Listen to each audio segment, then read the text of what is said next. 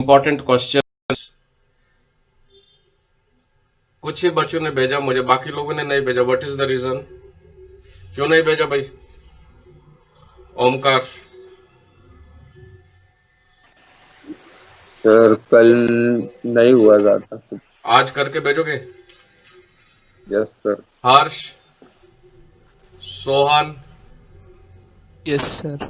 यश, आज संडे है, आज वो करके भेजोगे? सी, मैं एक बात बताऊं तुमको, अगर तुम नहीं करोगे तो फिर मेरा भी इंटरेस्ट चला जाएगा पढ़ाने से।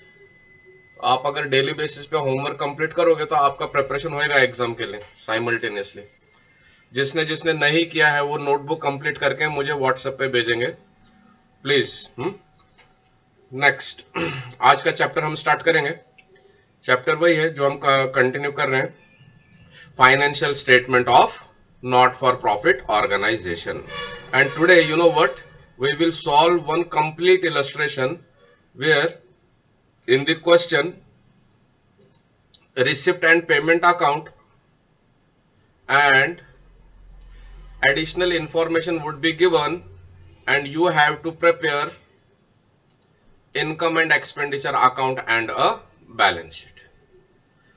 So this question might come for 6 or 8 marks, where you have to prepare income and expenditure account and balance sheet. But before that, we will do a very short revision of what we have studied. Pehla, difference between profit making organization and not for profit organization. So what are the important differences between these two, not for profit organization and profit making organization? Guys, see, पहला जो difference है that you must remember is the purpose. A profit making organization is established for the purpose of making profit, and not for profit is established for the purpose of giving service to the people. Service motive, right? That this is one difference number one. Here, always remember what is the source of fund. For profit making organization, what is the source of fund? Capital. Who brings the capital? Capital, either if it is a sole proprietorship, sole proprietor. If it is a partnership, partners. Right. Next, in not for profit organization, what is the source of fund? Source of fund is fees. Who pays the fees? The members pays the fees. That what we call is, membership fees. Members pay the fees. Next, we have studied subscriptions, donations, and if there is a surplus, these are sources of funds. So remember these important differences between profit making organization and not for profit organization. Next, most important, financial statements. So in profit making organization, you prepare what? Trading, profit and loss, and a balance sheet. But in not for profit organization, you does not prepare trading and profit and loss account. So what do you prepare? You prepare receipt and payment. Now see, we have solved illustrations on this. So these things, now very basic things you should know. Receipt and payment, and what we prepare, income and expenditure. Balance sheet is common. Balance sheet is prepared in not for profit organization as well as profit making organization. Next, what could be the another important difference? Surplus और profit. Surplus and profit. देखो बेटे, profit making organisation में आप profit and loss account बनाते हो. When you prepare profit and loss account, either you will gate profit or you will get loss. What we say, net profit or net loss. But in not for profit organization, you does not prepare profit and loss account. What do you prepare? You prepare income and expenditure account. So guys, in income and expenditure account, you will not get net profit or net loss, because net profit तो तब होगा ना जब profit आपका intention है, आपको तो not for profit में प्रॉफिट कमाना इंटेंशन है ही नहीं. So either you will get surplus और you will get deficit. So a question might come, credit side of income and expenditure account is, see, credit side, or I would change it little, credit balance, I'll make it credit balance of income and expenditure is. समझो बात को, आपको मालूम है income and expenditure side में credit side क्या होता है, इनकम होता है, और डेबिट साइड एक्सपेंडिचर. अगर बोलेगा credit balance, that means credit side is more, income is more. So if the question is credit balance of income and expenditure is dash, so your answer should B surplus. So this is another difference between profit making and not for profit making organization. So another one difference that you can, no, I think this is sufficient. So difference sometimes come for 2 marks, sometimes for 1 mark, sometimes if you are lucky you will get it for 3 marks also in the final exam. Next, quick revision. What is next? Next we will see the difference between here receipt and payment account and income and expenditure account. इन दोनों में क्या difference है? This is again one very important question. Distinguish between receipt and payment account and income and expenditure account. Let's see sir. या एक profit non profit में important है. Which one? Purpose. हाँ, पर्पस ऑल्सो यू कैन. ये जो पहला वाला है मैंने बताया था आपको, पर्पस यहां पे प्रॉफिट है, यहां पे सर्विस मोटिव, वो मैंने सबसे पहले बताया आपको. ध्यान में आया? Yes sir. हाँ, वो सबसे पहले मैंने वही बताया आपको. नेक्स्ट देखो बेटे, रिसिप्ट्स एंड पेमेंट अकाउंट में क्या डिफरेंस है और इनकम एंड एक्सपेंडिचर में क्या डिफरेंस है. बेटे मैंने ये सब आपको पहले समझाए हैं, but what is most important is revision. We should always do very brief or short revisions, then you will not forget. देखो बेटे, receipt and payment account and income and, इसका भी सबसे पहले वही पॉइंट ले लें हम, purpose. So what is the purpose of receipt and payment account? So the purpose of receipt and payment account is हमको कैश में कितना रिसिप्ट हुआ, रिसिप्ट कितना कैश में हुआ, और हमने साल भर में पेमेंट्स कैश में कितने किए. कैश एंड बैंक, याद रखो ये इसका पर्पस होता है रिसिप्ट एंड पेमेंट अकाउंट का. रिसिप्ट एंड पेमेंट क्या है? It is just like cash book with cash column and bank column. तो आपको साल भर में कितना कैश रिसीव हुआ एंड कितना कैश आपने पेमेंट किया, ये है purpose receipt and payment account. और इनकम एंड एक्सपेंडिचर का पर्पस क्या है? रिजल्ट बताता है. ये क्या बताता है? रिजल्ट. किस चीज का result? Result of not for profit organisation का रिजल्ट. तो result of not for profit organisation क्या क्या हो सकता है? या तो सरप्लस हो सकता है या तो डेफिसिट हो सकता है. बेटे ध्यान में रखो, रिसिप्ट एंड पेमेंट आपका सिर्फ ट्रांजैक्शंस, कैश आया कितना, कैश गया कितना, irrespective of which year, past, current, next year, कोई भी साल का आया हो, that is what it records, that is the purpose. Next, one very important, real account it is. Receipt and payment account is a real account. Why it is a real account? Because just now we discussed it records cash and bank details, and cash and bank both are assets, and we know golden rules of account. Golden rule of account, what does it say? Assets are a real account. So this is a real account. Remember this beta. Income and expenditure account is which account? It is a nominal account. We know why it is a nominal account, because you record only all the expenses and incomes in income and expenditure account. So nominal account is related to incomes and expenditures. This is second important difference. Third important difference is which type of items it record. Nature of items it record. Receipt and payment account कौन से items को record करता है? तो your answer should be it records both capital and revenue. This is important बेटा. I will just explain you how. For example, you purchased a car.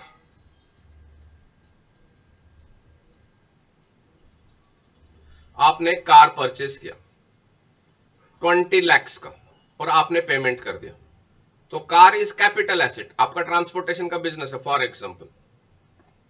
ठीक है, तो कार कौन सा कैपिटल एसेट. तो रिसिप्ट एंड पेमेंट में cash गया, चाहे वो कार खरीदने में गया या पेट्रोल डालने में गया या ड्राइवर का सैलरी में गया या कार का सर्विस में गया या कार का मेंटेनेंस में गया या कार का आपने कोई भी रिपेयर कराया उसमें पैसा गया. कैपिटल एक्सपेंडिचर हो या रेवेन्यू एक्सपेंडिचर हो, कैसा भी हो, रिकॉर्ड करता है, लेकिन कैश में होना चाहिए, वो रिकॉर्ड करता है. Both capital and revenue, remember this. लेकिन हमारा इनकम एंड एक्सपेंडिचर अकाउंट, क्योंकि हमारा purpose of preparing income and expenditure account is finding net profit, तो इसमें हमेशा कौन से आइटम्स लेंगे हम? Only revenue items. इसमें हमेशा रेवेन्यू आइटम्स आते. So remember this. First purpose, cash and bank transactions record करना. Purpose, surplus या deficit find out करना. Nature of account, asset related real account. Nature of account, nominal account. Items it record, capital as well as revenue. Car बेच दिया, अब ये car क्या हो गया? बेच दिया, तब भी पैसा आया, तब भी रिकॉर्ड करोगे जो कैश आया. यहां पे only revenue expenses we record. Next, period of transactions to be recorded. कौन से पीरियड का ट्रांजैक्शंस आप रिकॉर्ड करोगे? देखो बेटे, इस साल आप रिसिप्ट एंड पेमेंट कर रहे हो और आपके पास कैश आया कोई 3 years पहले आपको कोई कैश देना था and he paid you in this year. So you will record. Means अगर आपका पास्ट ईयर का पैसा आया, करंट ईयर का पैसा आया और सक्सीडिंग ईयर. हेलो सर, आपकी आवाज नहीं आ रही है sir. Okay, just a minute. आपकी आवाज नहीं आ रही सर. ओके, अभी आ रहा है क्या? हाँ अभी आ रहा है. कितना देर से नहीं आ रहा था? कितना देर से नहीं आ रहा था? सर एक बस 10 सेकेंड. ओके ओके ओके, ठीक, एक मिनट है सर. हाँ जी, ठीक है, ठीक है, ओके.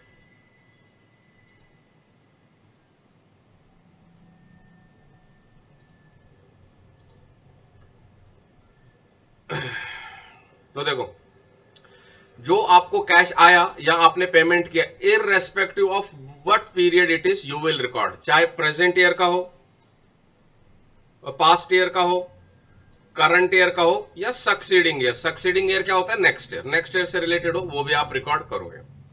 बट रिमेंबर बेटा, income and expenditure account, as I have always told you, it is just like profit and loss account. So here when we have to find the result, surplus or deficit, you will not take previous or succeeding year details. You will take only items which are related to current year.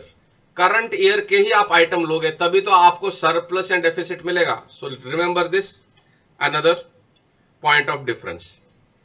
So here cash items, non-cash items, or what you can remember, in your exam they ask you often like this, depreciation.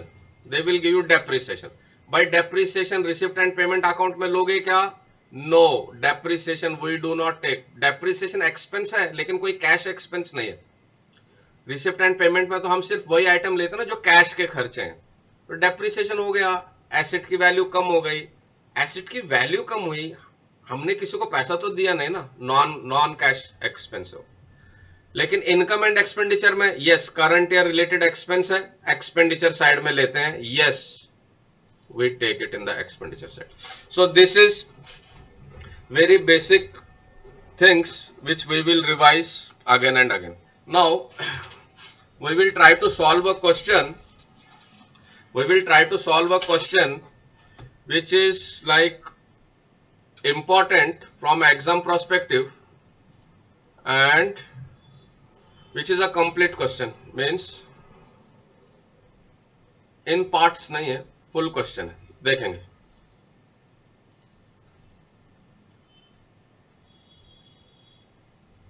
So I will try to explain you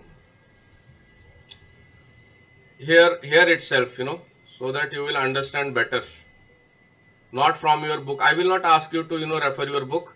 I will solve here 3-4 questions. I will solve here on my system. You just see. You can close your books and then at home you try. Okay guys, see. Practice question. From the following receipt and payment account. भाई सबको दिखाई तो दे रहा है ना? Guys, you are able to see my screen, right? Yes, yes. Okay. Yes, sir. Okay. From the following receipt and payment account of Friends Club for the year ended, आप हमेशा question में अंडरलाइन करोगे 31 मार्च 2020. Prepare, क्या आपको prepare करना, underline करो income and expenditure account for the year ended 31 March and a balance sheet. तो आपको इनकम एंड एक्सपेंडिचर अकाउंट और बैलेंस शीट दोनों आपको बनाना है. So if a question like this will come, either it will be for 6 marks or it will be for 8 marks. Means very important. Next, आपको क्या दिया बेटा? रिसिप्ट एंड पेमेंट अकाउंट दिया है. ऑलवेज नोटिस कि कौन से तारीख का दिया है? 31 मार्च 2020 का दिया. See guys, in receipt and payment account I have always told you, receipt side में यहां पे हमेशा कैश इन हैंड से स्टार्ट होगा और एंड रिसिप्ट एंड पेमेंट हमेशा cash in hand and cash at bank से एंड होगा. सो ये साल का स्टार्टिंग का हमारा कैश बैलेंस है और साल का एंड का कैश बैलेंस यहां पे होगा. So let's move further. Entrance fees. अब आपको मालूम है बेटा, we have to start marking. हमेशा क्वेश्चन में आप मार्किंग स्टार्ट करोगे. एंट्रेंस फीस कौन से साइड में है? रिसिप्ट साइड में. तो एंट्रेंस फीस जब रिसिप्ट साइड में है तो क्या होगा? It is your income. You have received entrance fees, तो मार्क करोगे आई. सब्सक्रिप्शन, आपको सब्सक्रिप्शन मिला है तो मार्क करोगे आई, आपकी इनकम है. एग्जैक्टली आप ऐसे ही करोगे जैसे मैं आपको अभी बता रहा हूं. नेक्स्ट, एक minute. General donations. General donations, not specific donation. It is a general donation. It is income. Recurring है, बार बार मिलेगा. Legacy donations. This one is important. I will mark it as a 3 star. याद रखना है इसको. Legacy donation. देखो बेटे, legacy donation में आपने उसने आपको ये नहीं बताया है कि ये जो डोनेशन मिला है, legacy, first you should understand legacy होता है विल. विल मतलब वसीयत. कोई भी डिजीज्ड पर्सन या कोई भी आदमी ऐसा है जो मर गया है, वो मरने से पहले अपना एक वसीयत छोड़ के गया है. किसके नाम पे? ये फ्रेंड्स क्लब के नाम पे. कितने का वसीयत है उसका? 50,000 रुपए का. लीगसी, लीगसी उसको बोलते हैं, वसीयत विल. ठीक है. तो वो 50,000 रुपया किसके नाम पे छोड़ के, बेटे मेरा माउस जरा प्रॉब्लम दे रहा है. हाँ, तो किसके नाम पे छोड़ के गया? फ्रेंड्स क्लब के नाम पे. लेकिन क्वेश्चन ये आता है कि क्या उसने ये बताया हमको कि ये जो लीगसी वो दे रहा है वो फ्रेंड्स क्लब में कौन से पर्पस के लिए दे रहा है? क्या वो बच्चों को प्राइज के लिए दे रहा है या वो बिल्डिंग बनाने के लिए दे रहा है? ऐसा कुछ स्पेसिफाई उसने किया नहीं है. उसने इन जनरल बोला है legacy donations 50,000.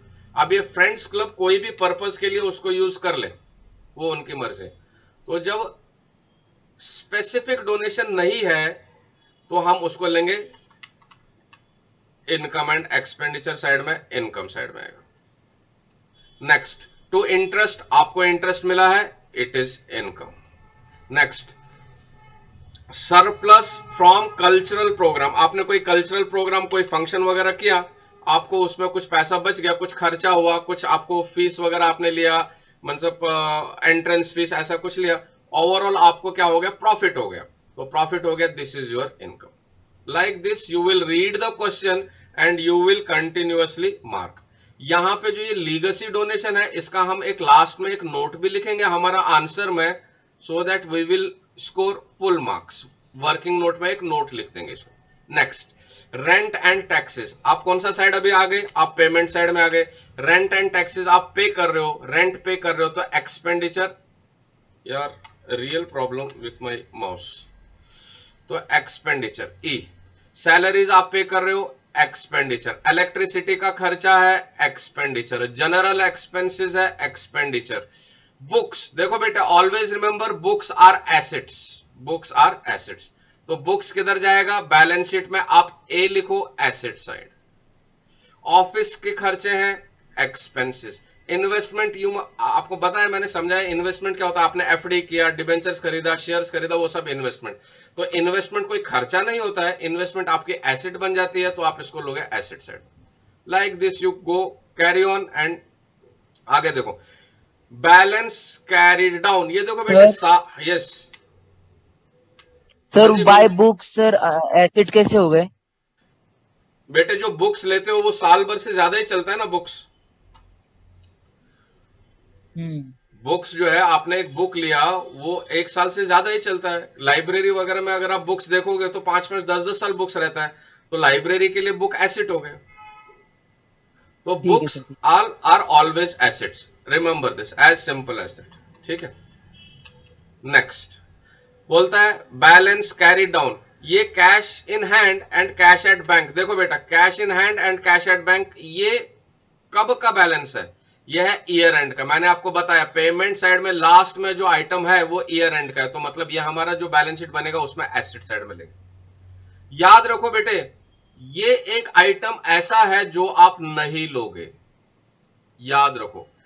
And one more difference that I would tell you between income and expenditure account and receipt and payment account is that income and expenditure account का कोई ओपनिंग बैलेंस होता नहीं है, लेकिन receipt and payment account का ये opening balance होता है। इनकम एंड एक्सपेंडिचर अकाउंट में क्लोजिंग बैलेंस या सरप्लस होगा या डेफिसिट होगा, लेकिन यहां पर closing balance cash in hand cash at bank होता है, receipt and payment account. So remember this, okay. तो अब बोलता है कि सर फिर ये यहां पे क्यों दिया है, इसका मैं आपको importance after some time I will tell you, because today we are going to solve a complete problem.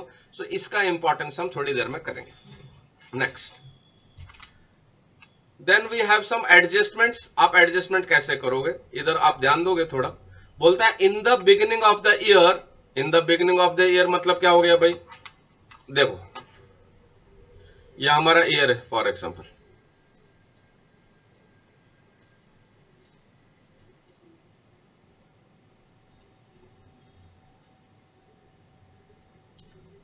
Year कब खत्म हो रहा है, 31 मार्च 20।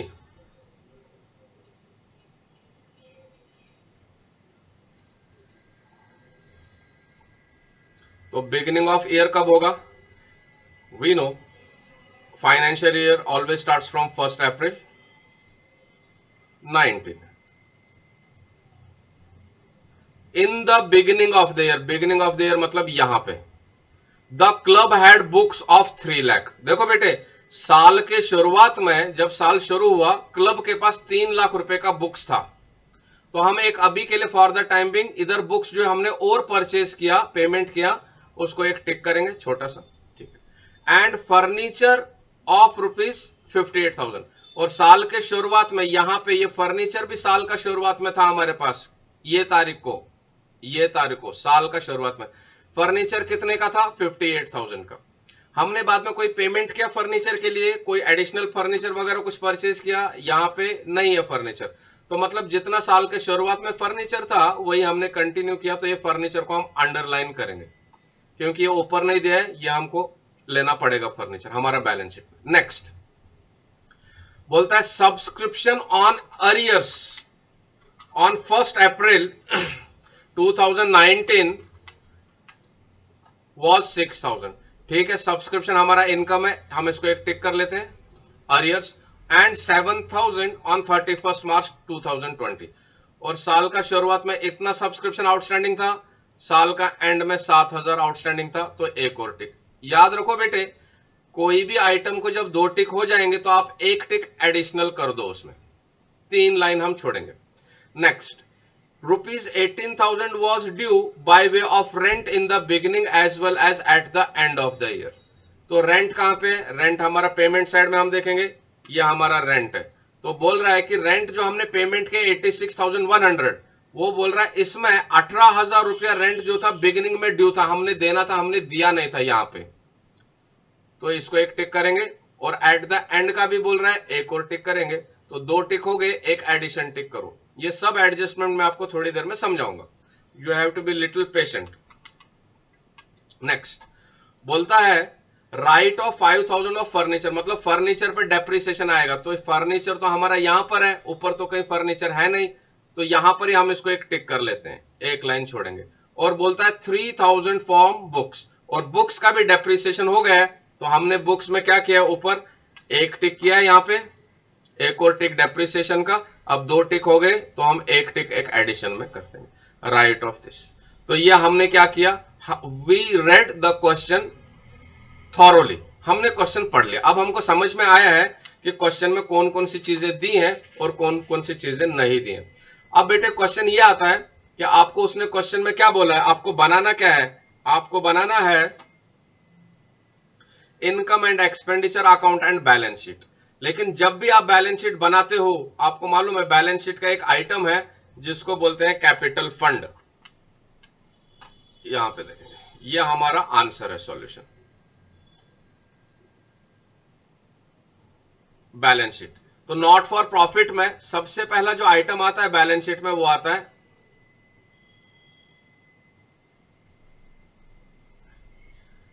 Capital fund. जैसे प्रॉफिट मेकिंग ऑर्गेनाइजेशंस में सबसे पहला आइटम लाइबिलिटी साइड में कैपिटल आता है, वैसे यहां पर आता है नॉट फॉर प्रॉफिट ऑर्गेनाइजेशन में आता है कैपिटल फंड। अब कैपिटल फंड आपको क्वेश्चन में दिया नहीं है, दिया है क्या, कहीं पर भी कैपिटल फंड नहीं दिया, तो आपको कैपिटल फंड कैलकुलेट करना है।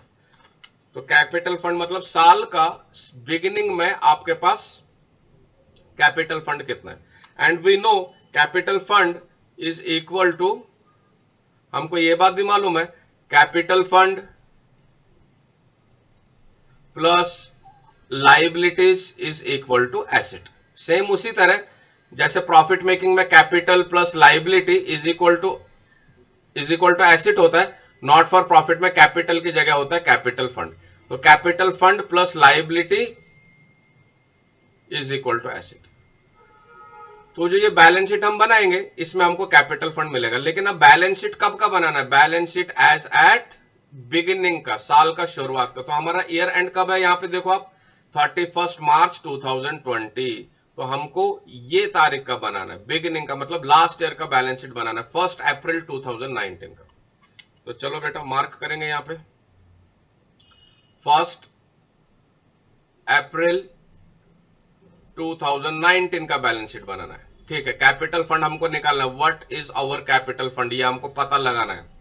चलो अब यहां से हम स्टार्टिंग से देखेंगे कौन से एसेट से। देखो बेटे, receipts to balance brought down, cash, साल का शुरुआत का कैश आपका 1,41,300। तो अगर यहां पे साल का शुरुआत का कैश 1,41,300 है, तो इसका मतलब क्या हो गया, ये लास्ट ईयर बैलेंस शीट का होगा, ये cash last year balance sheet का कैश है ये। तो इस साल स्टार्टिंग में 1,41,300 जो है बिगिनिंग है, टू बैलेंस ब्रॉट डाउन है।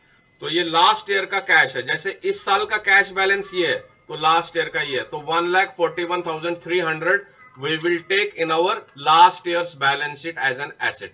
So we will take here asset में cash, कितना कैश 1,41,300। तो ये एक आइटम आ गया हमारे पास कैश का 300। Next, entrance fees, subscription, general donation, कोई बैलेंस शीट का आइटम नहीं है, कोई एसेट नहीं है, कोई लाइबिलिटी नहीं है, एंट्रेंस है सब कुछ नहीं। रेंट, सैलरीज वगैरह ये सब। बुक्स ये कब का है, ये पेमेंट आपने किए, तो ये लास्ट ईयर का नहीं है, ये आपने इस साल में पेमेंट किया। ये कोई जैसे यहाँ पे ओपनिंग बैलेंस है, ये ओपनिंग बैलेंस नहीं है, ये आपने परचेज किए ड्यूरिंग द ईयर 2020 में। तो दूसरे आइटम्स कहां पे देखेंगे हम लोग, यहां पे देखो एडिशनल इंफॉर्मेशन में क्या बोलता है, in the beginning of the year, मतलब जैसे ये है कैश, वैसे ही in the beginning of the year club had books of 3 lakh, मतलब साल के शुरुआत में, ये आपने लिया ना यहाँ पे बुक्स साल का शुरुआत में, तो साल का शुरुआत का है, तो हम यहां पे लेंगे बुक्स कितने के थे हमारे पास, 3 लाख रुपीज का बुक्स। कैपिटल फंड बेटे याद रखो, कैपिटल फंड का मतलब ही ये होता है कि बिगिनिंग में आपके पास कितने था, बिगिनिंग लास्ट ईयर, मतलब इस साल का बिगिनिंग मींस लास्ट ईयर। तो बुक्स आपके पास कितना है, 3 लाख रुपीज, 3 लाख रुपीज ले लिया। नेक्स्ट आइटम, और साल का शुरुआत में हमारे पास फर्नीचर 58,000 का, तो फर्नीचर भी ले लेंगे।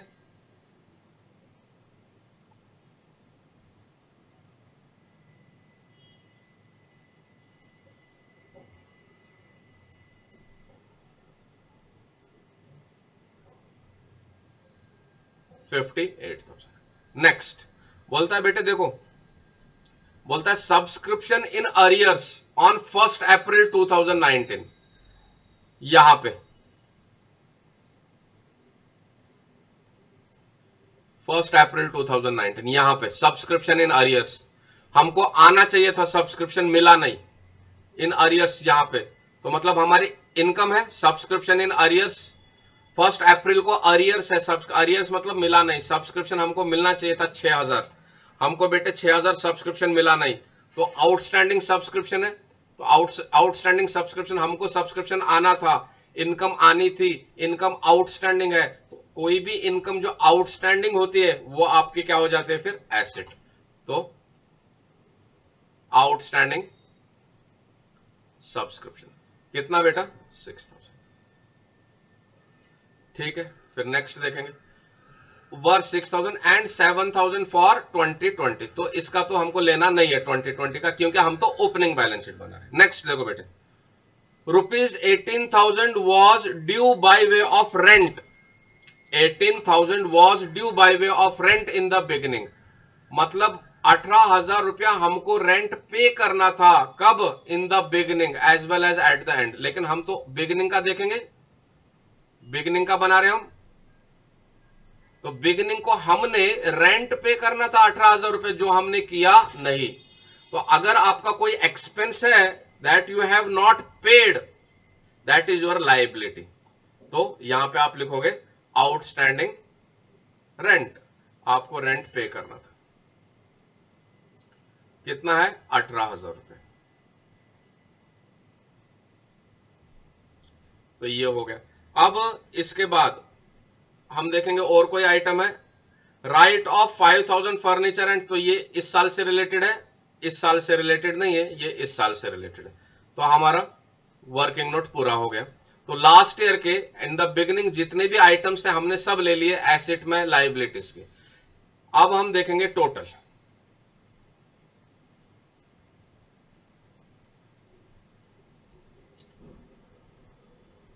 कितना आता है बेटा,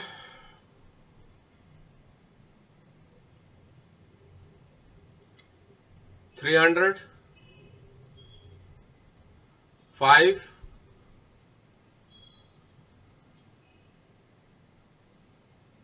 505, तो 5,05,300 टोटल आता है।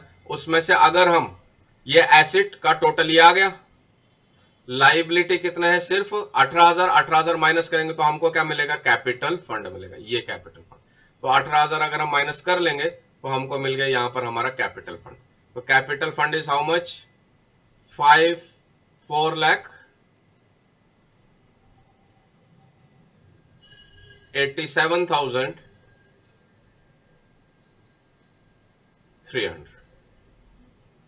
ये कैपिटल फंड आपको कैलकुलेट करना बहुत इंपॉर्टेंट है, अगर क्वेश्चन में नहीं दिया है तो सबसे पहले हम ले लेंगे कैपिटल फंड बैलेंस शीट में, यहां पे कहाँ गया हमारा बैलेंस शीट?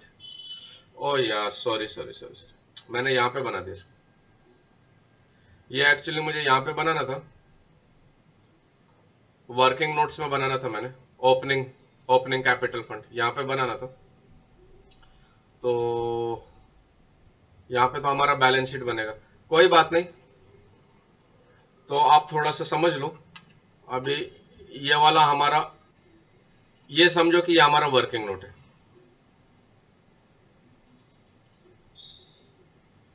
ये वर्किंग नोट है, working note number 1, capital fund opening balance sheet, capital fund working note number 1। तो जब हम अभी बैलेंस शीट बनाएंगे, हमारा बैलेंस शीट में, बैलेंस शीट अभी हम जो बैलेंस शीट बनाएंगे, अभी ये वर्किंग नोट नहीं है, ये अभी हमारा बैलेंस शीट है। बैलेंस शीट एज एट कब का बैलेंस शीट बनाएंगे? 31 मार्च 2020 का बैलेंस शीट। और जो वर्किंग नोट में आप बैलेंस शीट बनाओगे, वो बनाओगे 1 अप्रैल 2019, लास्ट ईयर का।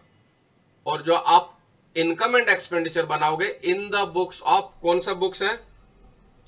Friends club,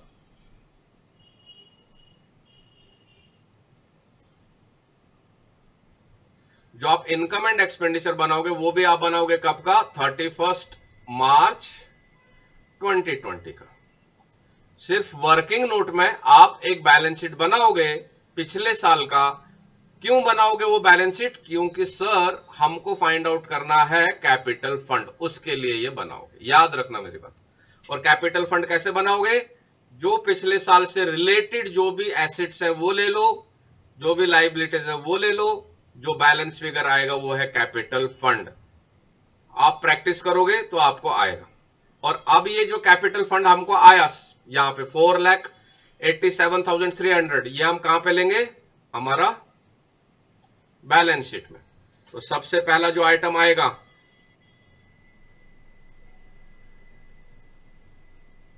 capital fund. कितना कैपिटल फंड आया हमको?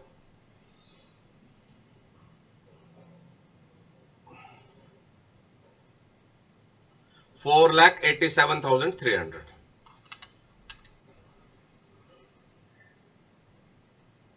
आप आउटर कॉलम में लिखोगे? नहीं, इनर कॉलम में। 4,87,300। सर इनर कॉलम में क्यों लिख रहे हैं? बेटे इसलिए लिख रहे हैं कि आपको जो इनकम एंड एक्सपेंडिचर अकाउंट में अगर सरप्लस आया तो वो आप ऐड करोगे, अगर डेफिसिट आया तो आप लेस करोगे, इसलिए आप इनर कॉलम में लिखोगे हमेशा कैपिटल फंड। और एक लाइन छोड़ दो क्योंकि और कोई आइटम नहीं है कैपिटल फंड का। और आगे बढ़ते हैं नेक्स्ट। एक बार ये कैपिटल फंड निकल गया ना बेटा, फिर आप सीधा जाओ क्वेश्चन पे। अब देखो जो हमने मार्क किया था ना, वहां से अभी स्टार्ट करोगे। स्टार्ट हमेशा कहां से करोगे? रिसिप्ट साइड से। ये यहां से स्टार्ट करोगे, फ्रॉम हियर, रिसिप्ट साइड से। सबसे पहला बैलेंस ब्रॉट डाउन कैश, ये कहीं भी नहीं जाता है, ये सिर्फ एक ही जगह जाता है। कैपिटल फंड जब हमको कैलकुलेट करना होता है उधर जाता है। एंट्रेंस फीस 55,200, कुछ टिक वगैरह है? कुछ भी टिक नहीं है। तो क्या है सर? ये इनकम है, रिसिप्ट साइड में दिया है सर, इनकम है, तो इनकम साइड में ले लेंगे हम एंट्रेंस फीस। तो कैसे लोगे? Bye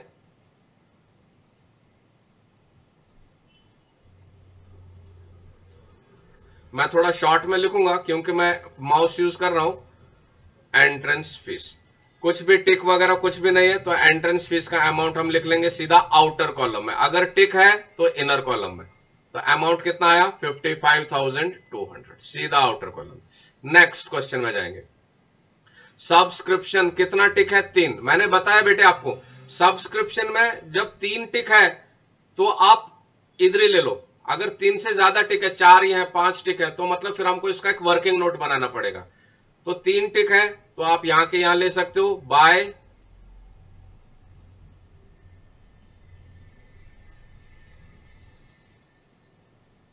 subscription. अमाउंट कितना है सब्सक्रिप्शन का? 2,20,000 ये आया हमको।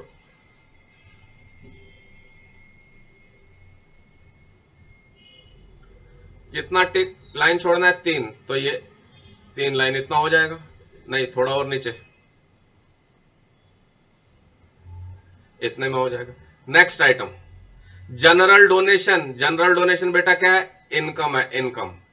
General donation income. तो जनरल डोनेशन ले लेते हैं यहां पे, bye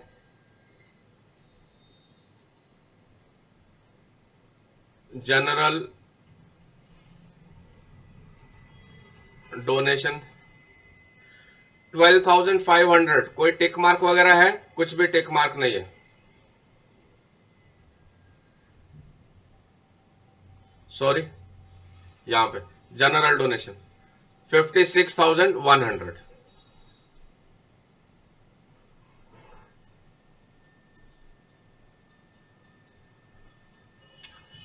next legacy donation. Legacy donation 50,000 rupees.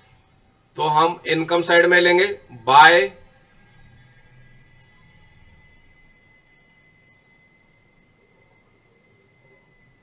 Legacy donation amount 50,000।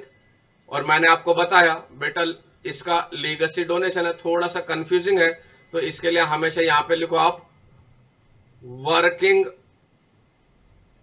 Note number 1। 1 नहीं लिखो, 2 लिखो, क्योंकि वर्किंग नोट नंबर 1 हमारा इसका है, कैपिटल फंड का है, और हम जाएंगे वर्किंग नोट नंबर 2 लिखेंगे। या हमारे वर्किंग नोट्स में पहला वर्किंग नोट ये है, दूसरा वर्किंग नोट इसी के नीचे लिख लो। क्या लिखोगे? कौन सा ये है? वो लीगसी डोनेशन। तो आप लिख लो यहां पे लीगसी डोनेशंस आर क्या है? Not specific donations, are not specific donation. लिख लो एक ऐसे। भाई स्पेसिफिक डोनेशंस नहीं है। अगर स्पेसिफिक डोनेशंस होती तो बैलेंस शीट में जाता लाइबिलिटी साइड में। और legacy donations are not specific donations. खत्म। इतना सा शॉर्ट नोट एक लिख लो यहां, तो हो गया। नेक्स्ट आगे जाएंगे बेटा। इंटरेस्ट। इंटरेस्ट है 4,100। इनकम है, टिक मार्क कुछ भी नहीं है, तो हम लिखेंगे bye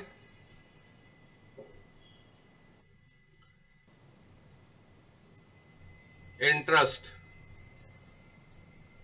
4,100। Next item surplus from cultural programme. Surplus है, कुछ आपको फायदा हो गया, कोई आपने कल्चरल प्रोग्राम रखा स्टूडेंट्स का, उसमें आपने कुछ खर्चा किया, कुछ इनकम आया, ओवरऑल देखा तो इनकम ज्यादा आ गया, सरप्लस आ गया, आपको फायदा हो गया 8,200। तो ये भी इनकम है। Surplus from cultural programme by surplus from cultural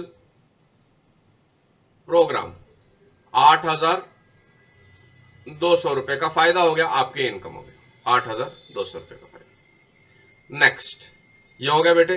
अब हम जाएंगे पेमेंट साइड में। पेमेंट साइड में मतलब एक्सपेंडिचर, हमने खर्चा क्या क्या किया। पहला रेंट एंड टैक्सेस, देखो उसको 3 टिक है, 86,100, तो ठीक है।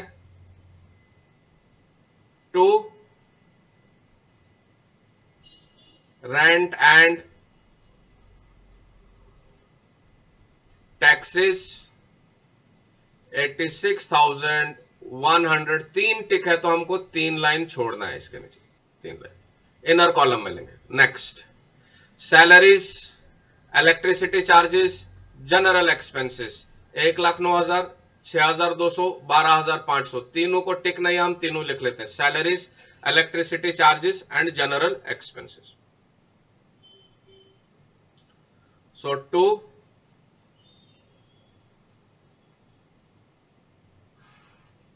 सैलरीज, कुछ भी टिक नहीं है, सीधा आउटर कॉलम में लिखेंगे कितना था, 1,09,000।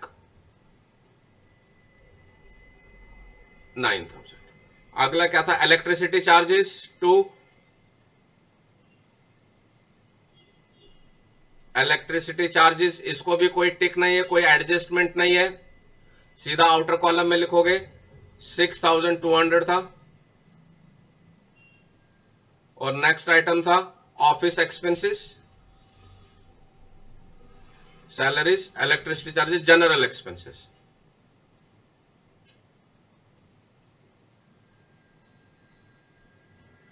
To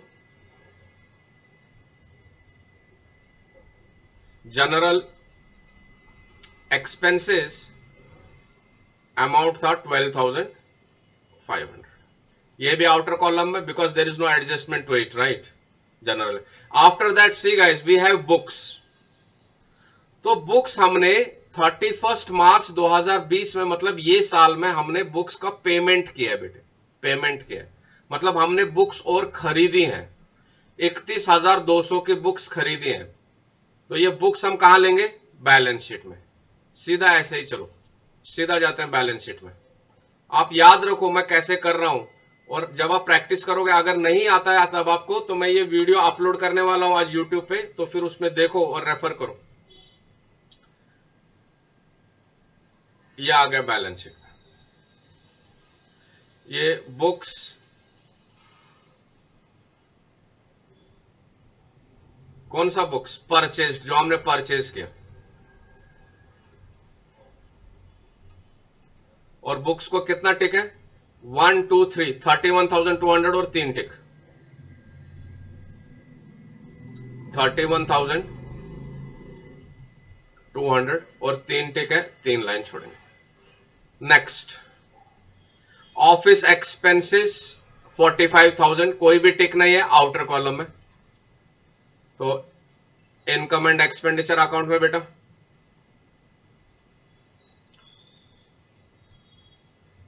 to office expenses 45,000, directly it will go to outer column. Next, investments, you know it is an asset, कुछ भी टिक वगैरह कोई एडजस्टमेंट नहीं है, 1,40,000 straight away outer column in the balance sheet.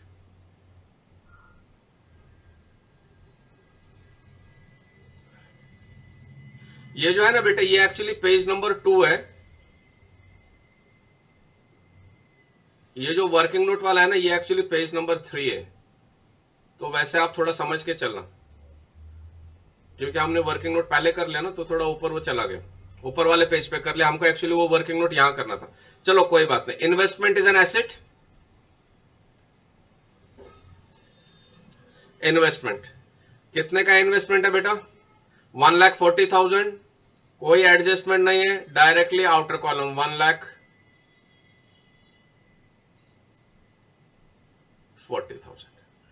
Next investment. See guys this one, balance carried down, ये balance कब का है? ईयर एंड का है, यहां का 61 एंड, तो ये आएगा ये वाला balance sheet, cash and bank, ये बैलेंस शीट में आएगा। याद रखो बेटे, ये क्लोजिंग इधर आता है, और जो ये वाला जो था कैश, ये ओपनिंग था, तो ये वर्किंग नोट वाला पिछले साल का जो बैलेंस शीट था ना, वर्किंग नोट जो हमने बनाया, इस वाले में हमने वो वाला कैश लेते, याद रखना, ध्यान में रखो बेटे, सिंपल है। नेक्स्ट, तो कैश इन हैंड 61,900 एंड 43,000। चलो हमारा बैलेंस शीट में लेंगे कैश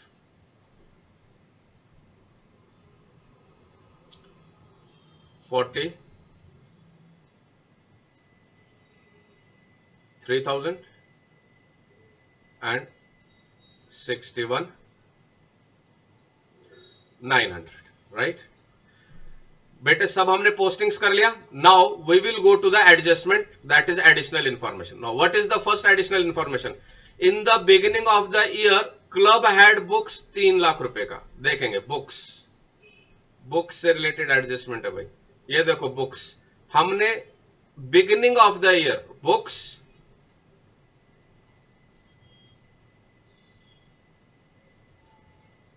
बिगिनिंग में, साल का शुरुआत में 3 लाख रुपए का बुक्स था हमारे पास।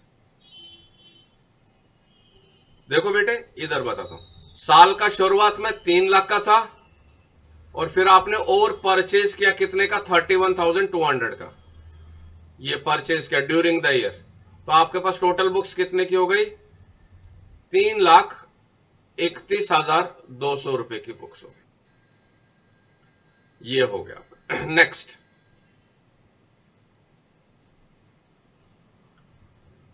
Books 3 lakh rupees and furniture of 58,000। तो आपके पास फर्नीचर भी है 58,000 का, तो बैलेंस शीट में हम फर्नीचर भी लेंगे।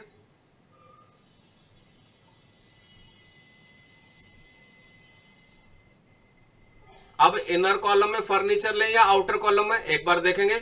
आपको अगर याद है यहां पर ही मैंने फर्नीचर को एक टिक किया था, एक एडजस्टमेंट है फर्नीचर पे आगे। तो हम what is the amount 58,000, we'll take 58,000 in the inner column, 58,000, we will leave one line and close it, done. Let's go to next adjustment. See guys, try to understand. He is saying subscription in arrears on 1st April 2000. See, I'll try to explain you here. This is the year, this is 31st March 20 and this is 1st April 19. Now what is he saying? He is saying subscription in arrears on 1st April, मतलब यहां पे 6,000 rupees is outstanding. So means beginning of the year, मतलब इससे पिछले वाला साल का 6,000 outstanding subscription है इस साल का। तो मतलब जो आपको यहां पे सब्सक्रिप्शन मिला है उसमें ये 6,000 होगा। Beginning of the year 1st April 2019, subscription outstanding is 6,000 rupees. तो during the year, यहां पे देखो during the year 31st March 20 को जो सब्सक्रिप्शन आपको मिला 2,20,000, दैट मीन्स कि लास्ट ईयर का जो 6,000 था वो भी इसमें मिला होगा 2,20,000 में। तो हम क्या करेंगे, उसको माइनस करेंगे, कहां पे, इनकम साइड में। तो कहां, यहां इनकम साइड में सब्सक्रिप्शन माइनस, क्या करोगे, less outstanding at the beginning of the year, how much, 6,000 rupees, right.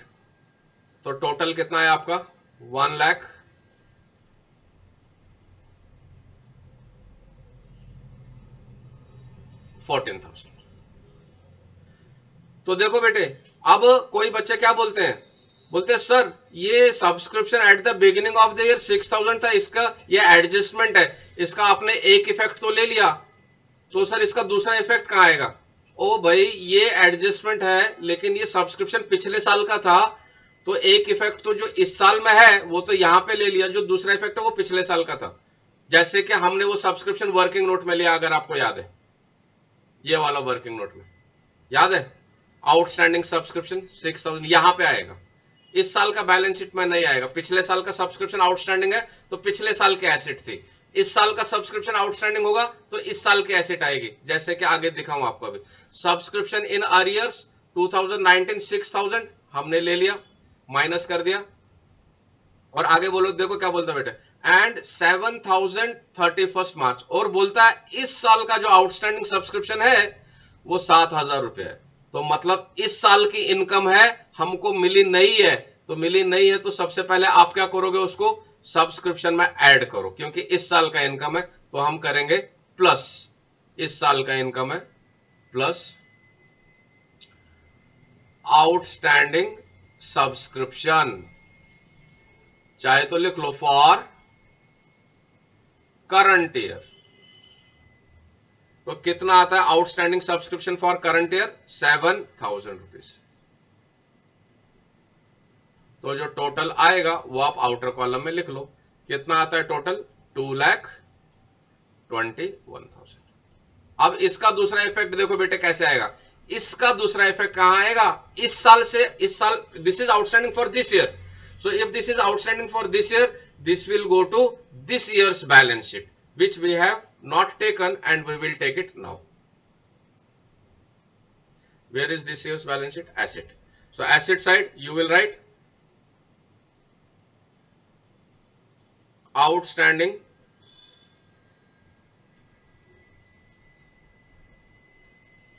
Subscription, कितना, 7,000 हो गया ये भी. Next, so we are done with this.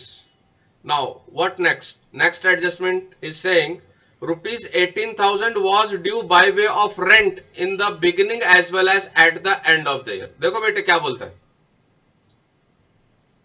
बोलता है जो रेंट है वो एंड ऑफ द ईयर को भी ड्यू है, मतलब जो रेंट आपने पेमेंट किया ना, ये पेमेंट रेंट आपका एक्सपेंस है, बोल रहा आपको 18,000 यहां भी पे करना है, 18,000, और बिगिनिंग ऑफ द ईयर मतलब 1 अप्रैल 2019 को भी 18,000 जो है रेंट आपको पे करना था. मतलब पिछले साल का 18,000 आपने पे नहीं किया था, कहने का मतलब है ये है, इस साल आपने पे नहीं किया था रेंट. तो अगर पिछले साल आपने 18,000 रेंट पे, if you have not paid 18,000 rupees rent which was due last year and now you have paid total 86,100, so what does that mean? 86,100 includes this 18,000 also. वो पिछले साल का था, आपने पिछले साल पे नहीं किया था, तो मतलब इस साल जो पे किया है 20 तक, 31 मार्च 20 तक जो आपने रेंट पे किया है वो उसमें इंक्लूड है. सो हम लोग क्या करेंगे, पिछले साल का है तो where is rent, expenditure side rent less paid 86,100 में क्या है, पेड फॉर लास्ट ईयर, ये पहले माइनस कर लो, तो 18,000 ये माइनस करो तो कितना आता है, 100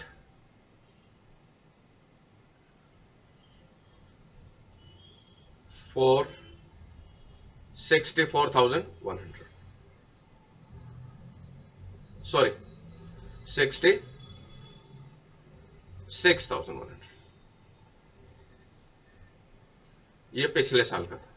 और अभी इस साल का भी आउटस्टैंडिंग है, तो मतलब वो आपको पे करना है, ऐड करोगे outstanding for this year, this लिखने से अच्छा है करंट ईयर लिख लो, आउटस्टैंडिंग फॉर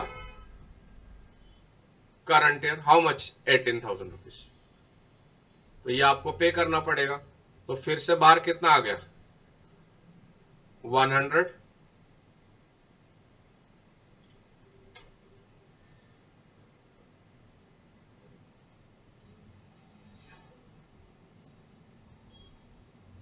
ये यहां पे 68 आएगा.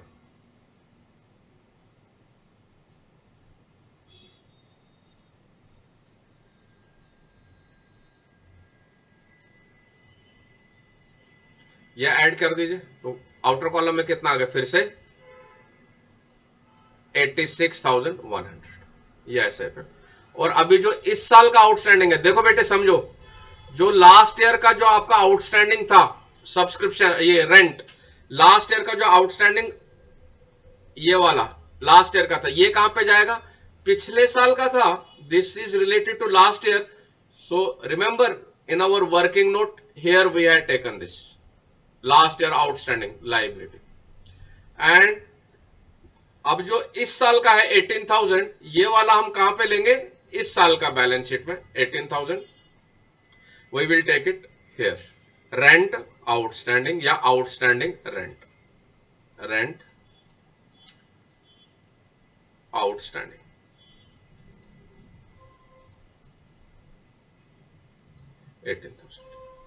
Let's go to next adjustment. He is saying write off 5,000 from furniture.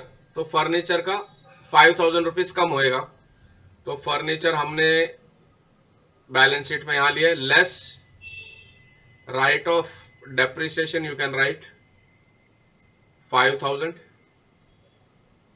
तो अब फर्नीचर की वैल्यू रही 53,000। और इसका दूसरा इफेक्ट किधर जाएगा आपको मालूम है, इनकम एंड एक्सपेंडिचर अकाउंट में हम लेते हैं।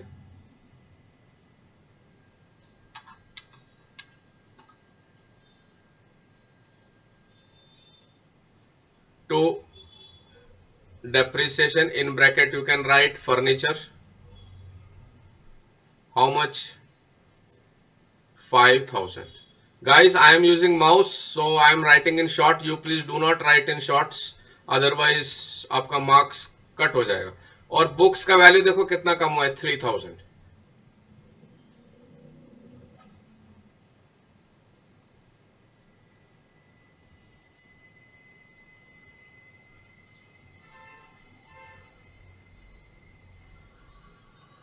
बुक्स, यहां पे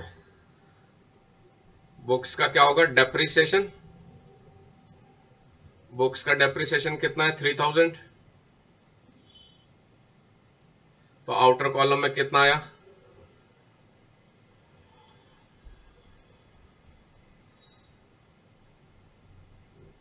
3,000 है।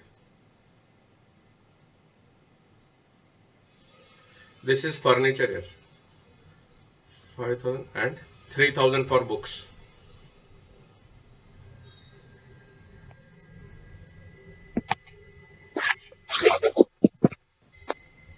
So what value it will give us? One small correction I will give you in the question. This is not 3,000. This is 30,000. Make it 30,000. आप इसको 30,000 करो, not 3,000, it is 30,000. So let us make it 30,000. Books का depreciation 30,000 आ गया। So what amount will come to the outer column? 3,01,200। और यहां पे आप फिर से ले सकते हो,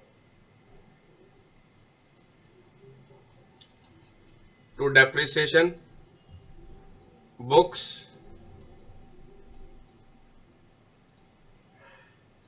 how much, 30,000.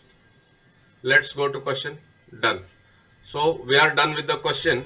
Now what we have to do, we have to close our income and expenditure account. Okay guys, so let's see the total, how much total it gives us.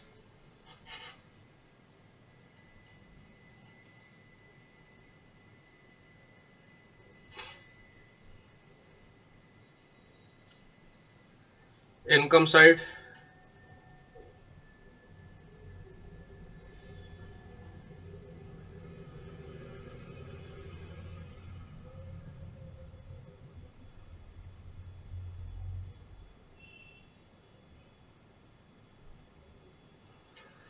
income side total is 3,94,600.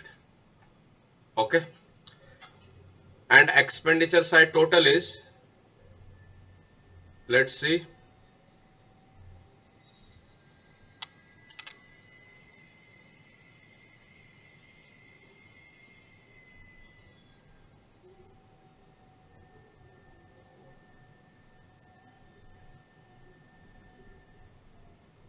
$2,93,800.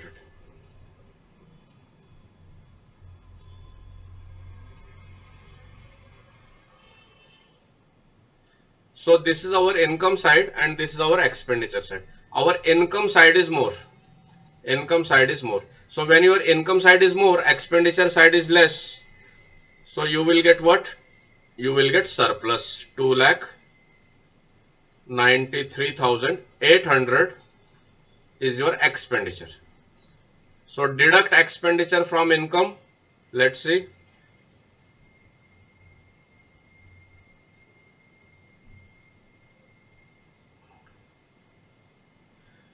1 1,08,000, 1,00,000 और 800 रुपया आपका आता है surplus. So 1,08,000 is here. 1,08,000. So 1,08,000 is what?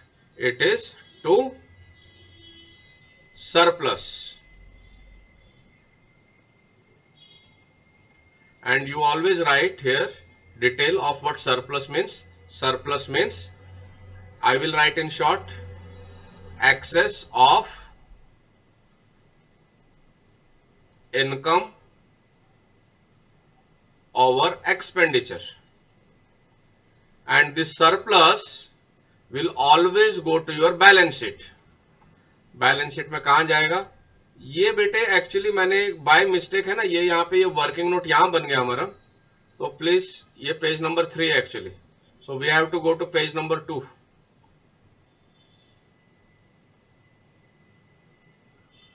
यहां पे जाएगा page number 2 में, यहां पे कैपिटल फंड में ऐड होएगा. तो क्या लिखोगे? Plus surplus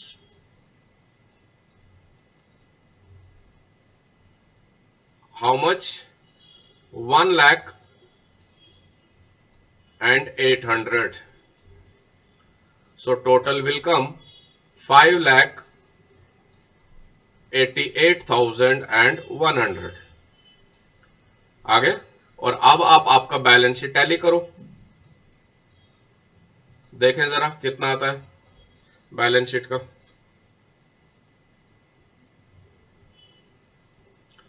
5,88,100.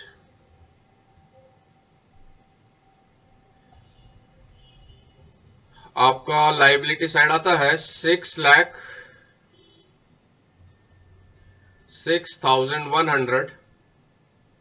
और आपका एसेट साइड भी चेक करें जरा.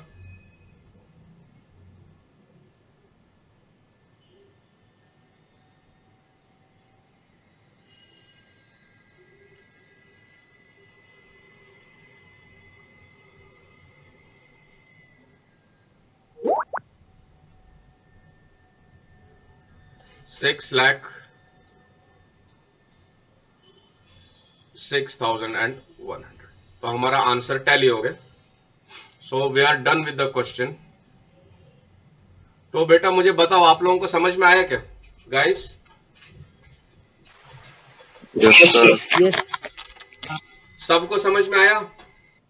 सर आया है Yes, सर, थोड़ा Yes, You know sir. what I have tried? I tried to explain this question in detail. And like this, मैं आपको 5 या 6 क्वेश्चन कराऊंगा इंपॉर्टेंट वाले. We'll do 5 or 6 question, not more than that, because time we don't have that much time. We have to do other topics also.